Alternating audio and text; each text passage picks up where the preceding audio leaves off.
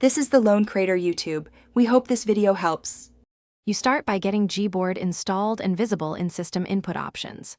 First, install or update Gboard from Play Store so you have the latest fixes and layouts. Once done, go to Settings, then Additional Settings, and open Languages and Input to access keyboard options. Make sure to tap Default Keyboard and choose Add Keyboard if Gboard isn't listed. This step exposes Gboard to the OS and prepares it to be the active input method on your Redmi device. Next, configure Gboard so it behaves the way you like.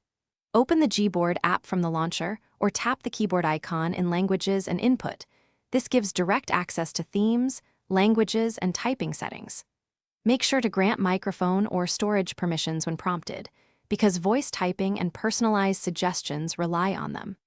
Then customize layout, enable glide typing or one-handed mode if desired, adjust autocorrect aggressiveness, and add additional input languages so your keyboard is both functional and comfortable. Finally, set Gboard as the default and verify it works in a messaging app. After selecting default keyboard, right-arrow Gboard, open any text field and test typing, voice input, and emoji access. If Gboard doesn't show, reboot the phone first.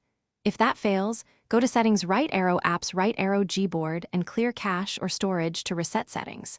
Make sure to disable or uninstall competing keyboards, and, as a last resort, reset languages and input to resolve persistent conflicts so Gboard becomes reliable. Thanks for watching.